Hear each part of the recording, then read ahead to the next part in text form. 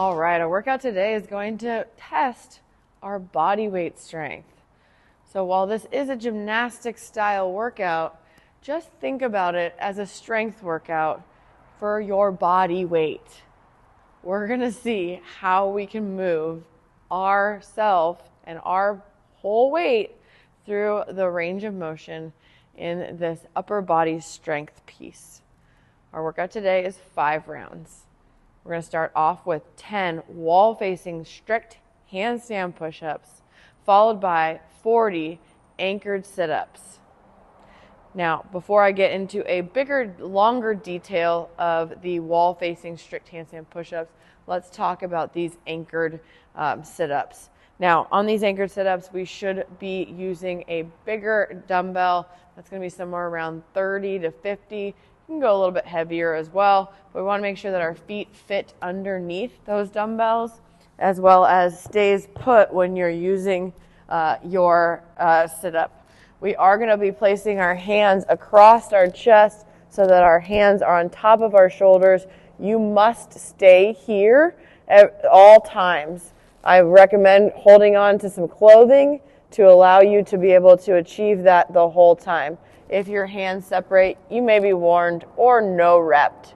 All right, so hands are here. We're going to go ahead and sit up nice and tall and look at the top position. The top position is my elbows on top of my knees like a lid for a jar as you are moving this up. So we're going to go ahead and come all the way up, touching the top of our knees. This is not the top of our knees. This is the front side of our quad, all right, our quadricep. So get that final movement getting all the way up. If we need to scale, we can scale to our quads at that point, but that is going to be one of the scales today. Now, we're going to go ahead and move through the handstand push-up here, and we're going to kind of go through some of the nuances of the scales today because we have some new ones for you. Some of you might be able to do it and others might not feel very comfortable yet doing it.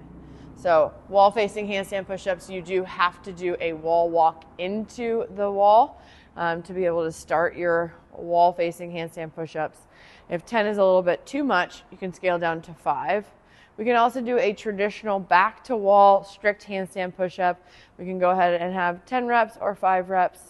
We can also have 1 ab mat down as we elevate the floor to a strict handstand push-up. You're only going to get 1 ab mat for that today if you're going to be scaling it. And we can do 10 to the ab mat or even 5 to the ab mat. It's up to you. Then we're going to go ahead and we have this scale here with a barbell. Now, you do have to be comfortable kicking up into a handstand in this and have enough control to be able to hold your body weight, okay? We'll be securing this bar with some bands when we're moving through class, okay? So this is going to be a barbell-assisted handstand push-up.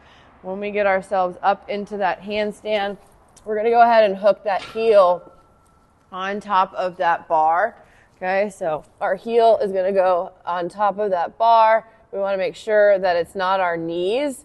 This won't be helpful because we actually need to be able to straighten our leg.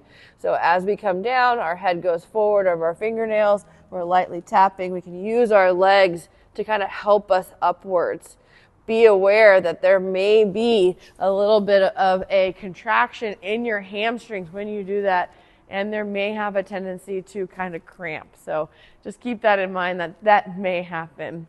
Now again, my barbell moved in this demonstration, but we will have a band securing this bar to the rig if you indeed do this one, and that's going to be for your safety.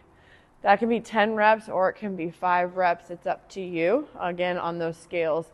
And then finally, our last scale will be a seated Arnold's press.